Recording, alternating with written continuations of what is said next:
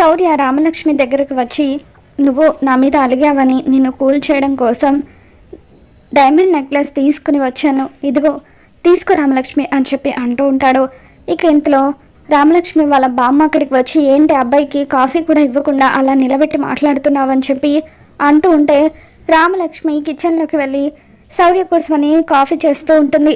అప్పుడే అస్మిత రామలక్ష్మికి ఫోన్ చేస్తుంది.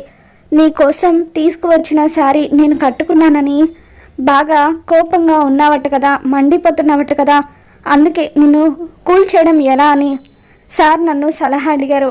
Diamond necklace ఇచ్చి కూల్ చేయమని నేనే నా నెక్లెస్ని ఇచ్చి పంపించాను. కాసేపు నీకు అది చూపించి కూల్ చేసి ఆ తర్వాత మళ్ళీ నాకు తెచ్చిస్తానన్నారు అని చెప్పి అస్మిత రామలక్ష్మికి చెబుతూ ఉంటుంది. తర్వాత రామలక్ష్మి శౌర్య దగ్గరకు వచ్చి ఈ నెక్లెస్, ఇంత ఖరీదైన నెక్లెస్ నాకోసమే తీసుకొచ్చారా అని చెప్పి అంటూ ఉంటుంది. అవును అని చెప్పి అంటూ ఉంటే ఇది నాకు నచ్చిందని చెప్పి రామలక్ష్మి ఆ నెక్లెస్ని తీసుకోవడంతో శౌర్య ఒక్కసారిగా షాక్ అవుతూ ఉంటాడు. మరి ఈ వీడియో మీకు నచ్చినట్లయితే తప్పకుండా లైక్ చేయండి.